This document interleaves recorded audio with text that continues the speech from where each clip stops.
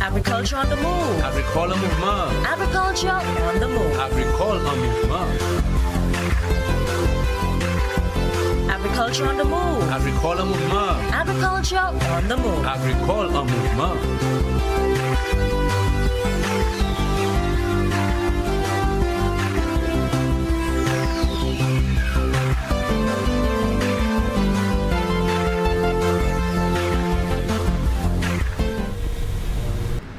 Good day again, viewers. Welcome to the program Agriculture on the Move. My name is Philip Sidney, your host. A few days ago, we had a program, Hurricane Preparedness, and we directed that program to the farmers. Today, we are also having another program, Hurricane Preparedness, but this time is going to be for the fishers, the aquaponics farmers, aquaculture farmers, etc., etc. With me to discuss this very important program is two people from the Department of Fisheries. To my extreme right is Rita Straughn Mitchel, who is the fisheries assistant, and also Vaughn Serieux, who is an aquaculturist. Welcome to the program, lady and gentlemen. Thank you, Mr. Sidney. Great. Very important program. I'm sure farmers, not farmers, fishers out there, they are aware of what to do. Ils savent ça pour faire. Et puis, what we are doing today is to remind them, Rita, as to what to do. We are in the hurricane season already. Yes. Okay? So tell us, what should the fisher do? Okay, so before I start, I will start with an understanding on the types of advisories. Great. And this is courtesy of CDMO. All right. We have the Tropical Depression Advisory. It provides information on the development and threats of a tropical depression, which becomes a threat to land and the coast, right? Then we have the Tropical Storm, which is issued when the wind speed of a tropical cyclone reaches 39 miles per hour. Okay. Then we have the Hurricane Watch. It's an advisory issued from a particular area when conditions are favorable for the development of a hurricane.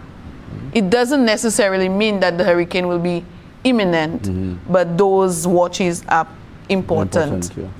Then we have the Hurricane Warning. It is issued when hurricane conditions are expected to affect a particular area within 36 hours. Sorry. Okay. Yes?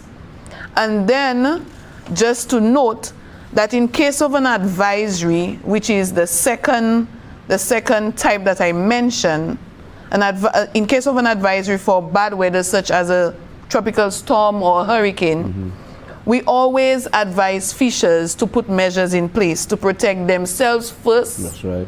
their family, which would be their households, and then to secure their livelihoods, which would be their fishing assets, their fishing vessels, their engines, their gears.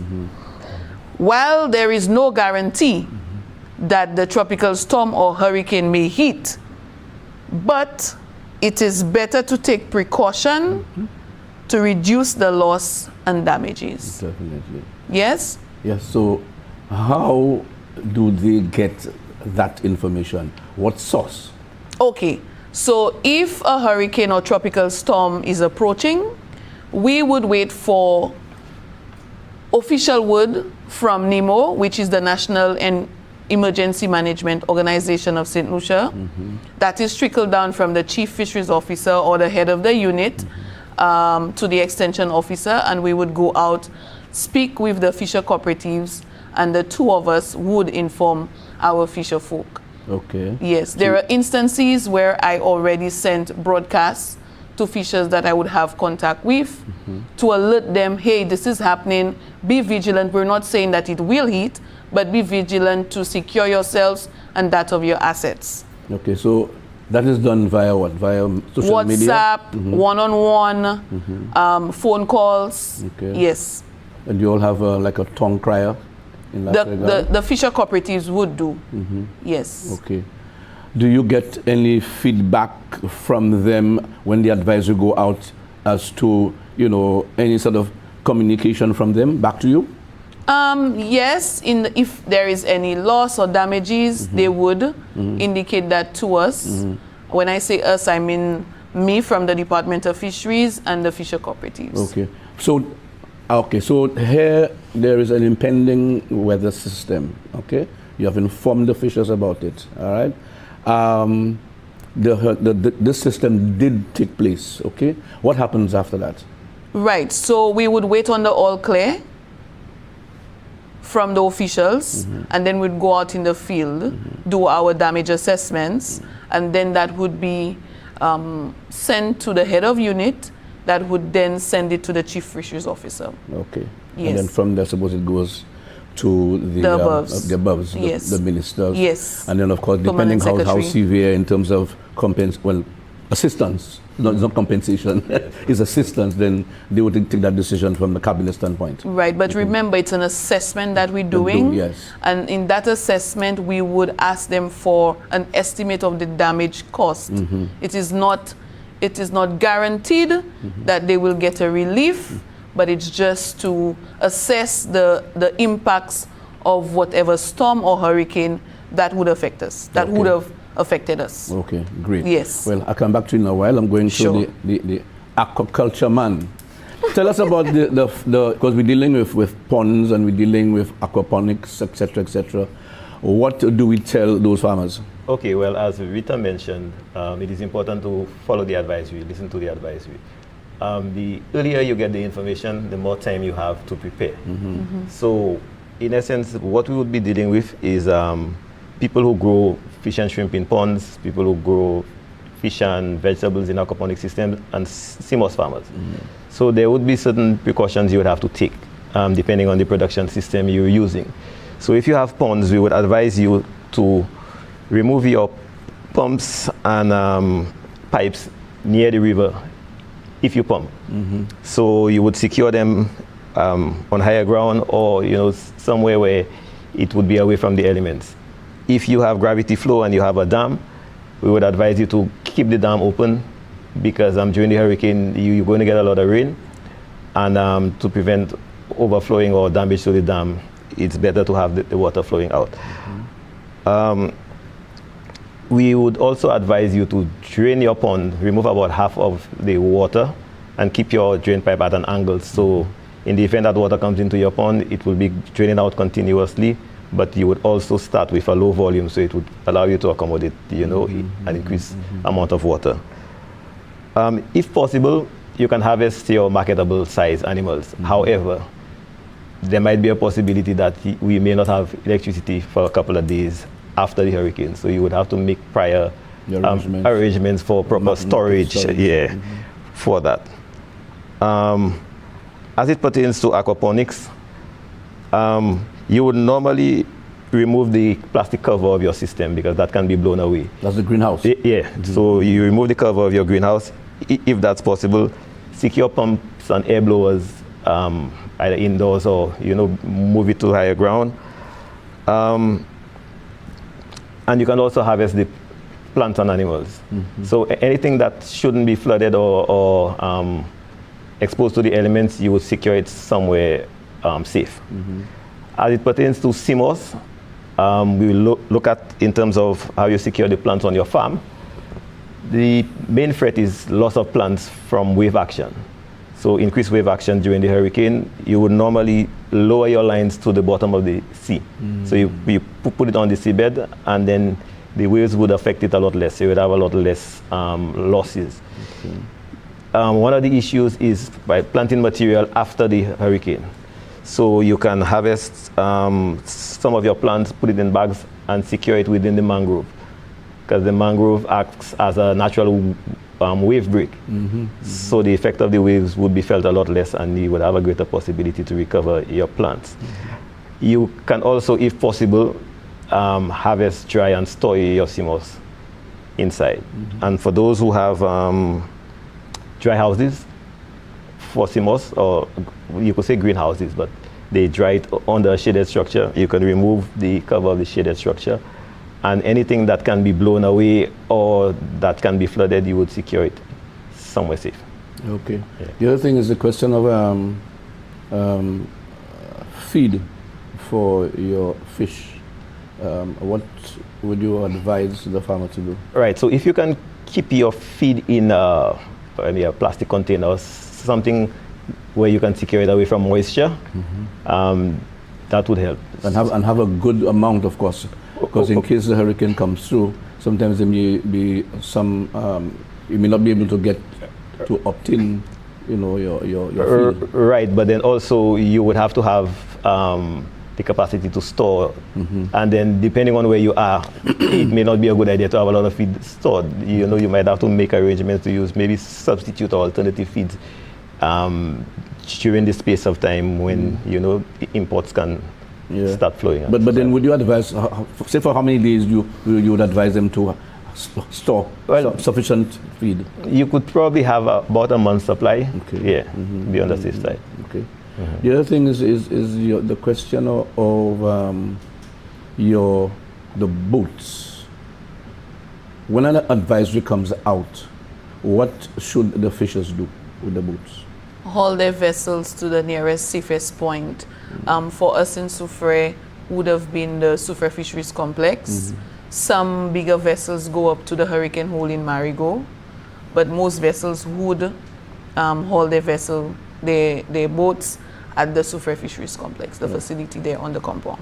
But give us the story. I think that's the first time, well, I don't know, maybe it has happened before. Was it Beryl?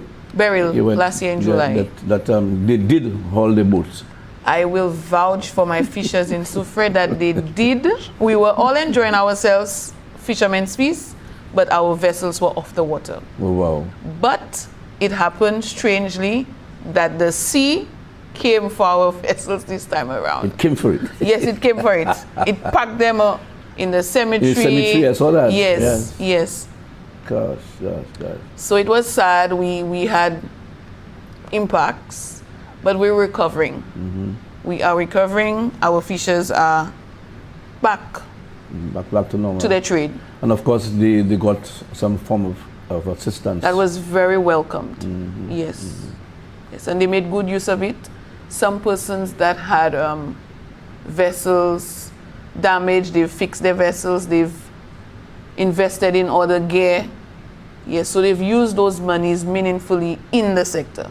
But is that not a lesson learned too? Because I know there were lots of vessels that were not registered and also they got damaged. Were those vessels, the non-registered vessels, got any assistance? Some of them did. Okay. Some of them. But then it is something that I suppose I think they learned the lesson. Yes, they did. Because because you're extracting from the resource. Right. And the requirement is that you get licensed with the Department of Fisheries. You would be issued a marking, which is a J6 number. That would be the registration number on the vessel. We would recognize you at the department, but if you're stateless, you're fishing illegally. Right. Yes. So the lessons, that was one of the lessons learned. Yes. Yeah, so I mean, it is important for the fisher and the farmer to, regularize their status.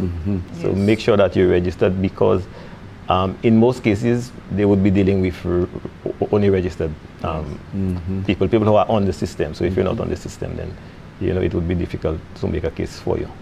But in terms of assistance to the CMOS farmers, how does that work? Well, I mean, after the hurricane or the event, we would do an assessment.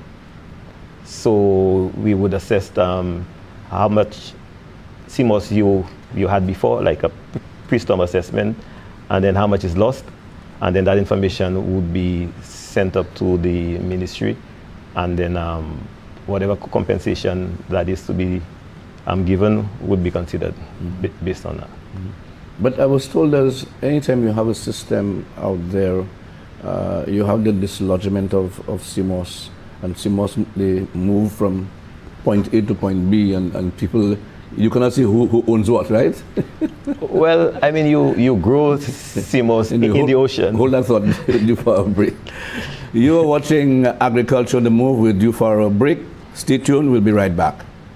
The Ministry of Agriculture presents World Food Day under the distinguished patronage of the Honorable Alfred Prosper, Fee Glass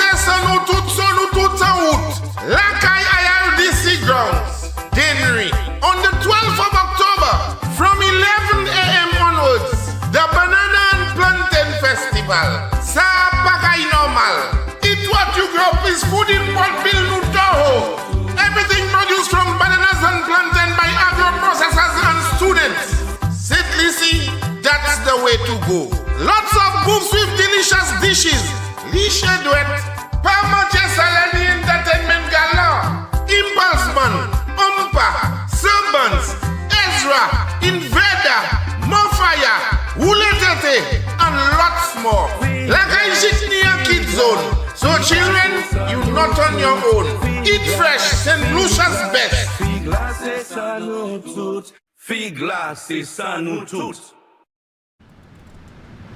Welcome back to the program, Agriculture on the Move. We're, of course, discussing fisheries. Though it's an agriculture program, don't forget agriculture and fisheries are like a hand in glove. And of course, with me is Mrs. Mitchel and of course, Mr. Vaughn Serieux. Both officers are attached to the Department of Fisheries, and we're talking about hurricane preparedness. For you, the fishers, you should be prepared. You need to be prepared because hurricane is not easy, and I'm sure you all have, especially people down in Sofuye, they can tell you a lot when it comes to hurricane. So, Rita, getting back to your fishers, in terms of storage of their gear, how does that happen prior to a system? Okay, so we would advise them to retrieve their pots from the water. That would be one form of gear. And for those fishers with fillet nets, beach seine, we're asking them to store them secured somewhere. So if they're on a line in front of the bay, remove and store in a locker or anywhere they would feel safe, but away from the event. So it's just the pots and the nets. Okay. Yes. But as it relates to the vessel, they would haul it up onto land. Are we asking them to secure it firmly tight or put sandbags in it so it doesn't move so much if we were to get heavy winds? Yes, so that would be it in a nutshell. Okay. Yes. And for your aquaculture people, in terms of flooding, one of the things I suppose in the prerequisites for having them to get upon, dug, that should not be done in a floodplain. Well, I mean, the protocol is that you would contact the fisheries department, either through your agricultural extension officer or directly. So we would conduct a site visit with the engineering unit to assess the site. So there are certain prerequisites for your site suitable for pond construction. So we would advise you where to put the pond. So generally we try not to, construct ponds in flood-prone areas. Okay, and pertaining to the point you raised before the break about the CMOS being washed away during hurricanes and all of that, the possible conflict in terms of who's CMOS and all of that. We know that the whole idea of management of areas and ownership is an issue. So we have a project ongoing with flora and fauna called Promoting Sustainable CMOS Farming Methods in St. Lucia. And under that project, one of the activities we did was we conducted a review of the existing legislation pertaining to CMOS farming from the various agencies. And the aim was to probably harmonize the legislation and have maybe one legislation or have some one-stop shop where, all things related to CMOS can be managed. One of the topics that was dealt with was the whole idea of ownership and leasing of the seabed and all of that. Right. So we've had preliminary discussions with planning and Crown Lands. So that is an area soon we're going to have some information to bring to the farmers. Okay. And the last consultation we had, the farmers were very receptive to the idea of being given title or having ownership to a plot where you can pass it on to your kids or whatever. So we are aware of some of the challenges and we're trying to address them. Yeah, and I suppose after a system when you have CMOS all over the place, you have a situation of pretty larceny too, eh? Not maybe from the farmers themselves. So, but, yeah. Yes. So what normally happens would be that the farmers in the area would harvest the simmers that can be harvested, because most times it accumulates within the bay. Right. And then some of them use it as planting material, but some of them, normally after the hurricane, there are a couple of days of sunshine, so they would still process it and use it. Yeah. Okay. But prepared larceny is an issue with all types of farmers. Well, yeah. Prepared larceny is one of the issues that's affecting crop farmers, like your prawns and your other aquaculture farmers. Fishes as well. Yes, that's pot because you have pot theft. Yes. How are you dealing with that, boy? Well, as a matter of fact, as we speak, there's a Japanese gentleman who is delivering a report on countermeasures to assist with the pot theft. Yes, it's happening now. Yeah. Okay. Yes. And that's happening every day, eh? Well, yeah, we get the reports along the coast.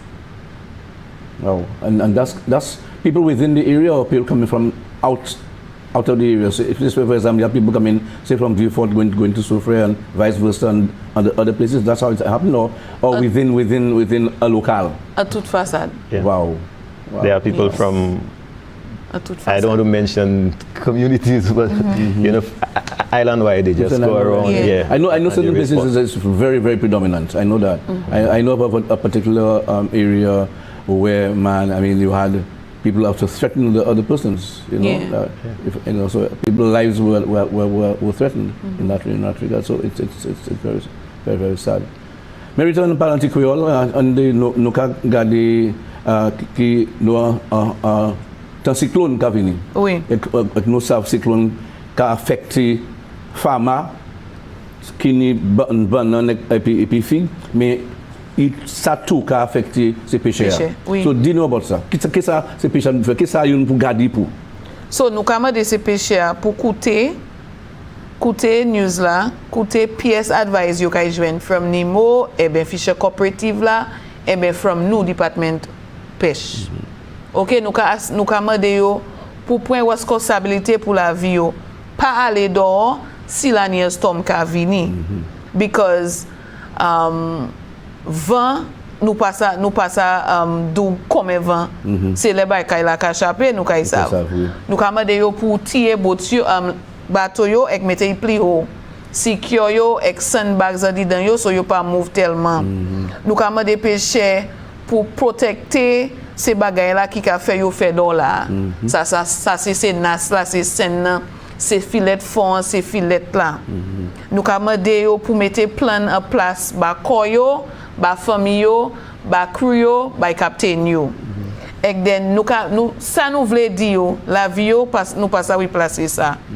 So les nous ba yo advise et ben les ni mo venir les radio et ben TV et ba advise coûter et point action.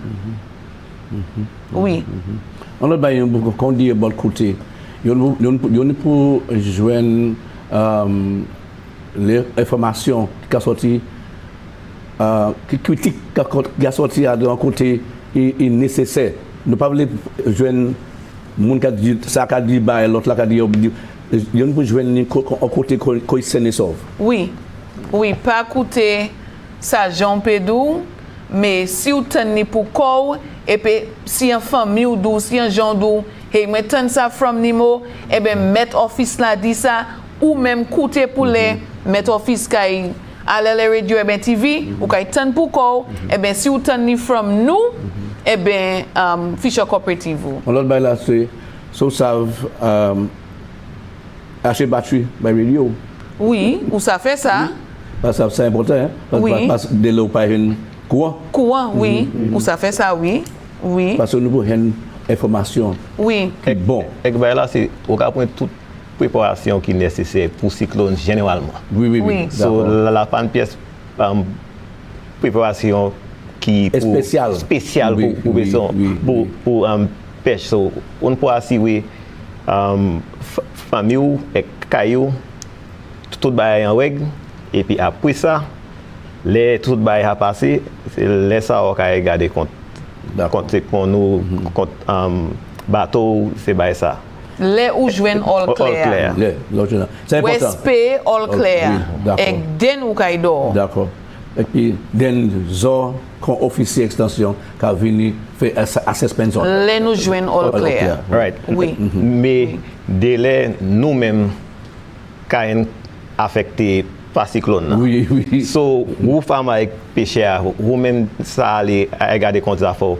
Et si vous pouvez nous ou ça voyez report ban nous. Oui. Oui. D'accord. Parce à délai nous en panne nous pas ça passer. nous pas ça Oui, venir. oui, Oui, oui. ça, oui. C'est important. Oui. c'est important, Depuis tout ça. bail manger avec nous ça venir nous kay venir faire assessment. Oui. Ok, so là, un assessment ça a fait. Qu'est-ce que ça a fait? So, les nous fait assessment, nous n'y a forme qui a servi pour faire assessment ça là. Nous ka assise, un balcon, et bien, Beryl, c'est un balcon, moi, assise. Un balcon fisheries là, et bien, un bas maquette là, et bien, les fonds, et puis pour information, type lié forme là, vous voyez monter by supervisor, qui kay voyez by chief là. Ok. Et chief là, kay collect, et voyez un ministry. Ok, une pièce là, et puis Oui, avec ministre là, oui. Le ministre a mené un cabinet, et puis pour essayer de Oui. faire by assistance. Yoni process Ok, là. d'accord. Oui. Et puis c'est mon nom qui ni tilapia. Qui manière de organiser ça? Well, bail là c'est comme Rita dit presque même bail là. N'importe équipement on y qui passe à point d'eau et bien de l'eau s'achailler au qualité pour de l'eau. Si on y pompe pipe bail comme ça c'est pendant qu'on baisser de l'eau parce que l'eau quand entrer ou pas laisser ces animaux à sortir avec coin de l'eau. Ou ça c'est pression avec ces cubiches là qui gossent pour tirer. Mais délai la paix pas ni courant. So on peut faire préparation pour en place ou ça chebe pour les courants venir. D'accord. Et pour simos bail là c'est on peut faire bail pour empêcher l'âme là point simos là so premier bail pour faire c'est juste point c'est ligne simos là la j'ai plate à terre et ou ça tirer simos là et secli si ou ça mais si ou pas ça ou ça point en portion simos mettez en sac avec mawe en manglan so laisse ça au cas assurer les cyclones passent au cas still hen simos pour bien planter. As we come to the end, any final words, Rita? It's just for fishers island-wide to adhere to any advice that is given from the reliable sources. Great. The reliable sources would be the Met Office and that of NEMO. That would be trickled down to the Department of Fisheries, the extension officers, myself, and the fisher cooperatives. Definitely. Final words, Mr. Well, I mean, Rita said most, basically what was going to be said. Yeah. Great. Yes. I want to thank you for being here. But before I end, I need to tell people about our World Food Day activity, which will be held on October 12th. It is called the Banana and Plantain Festival.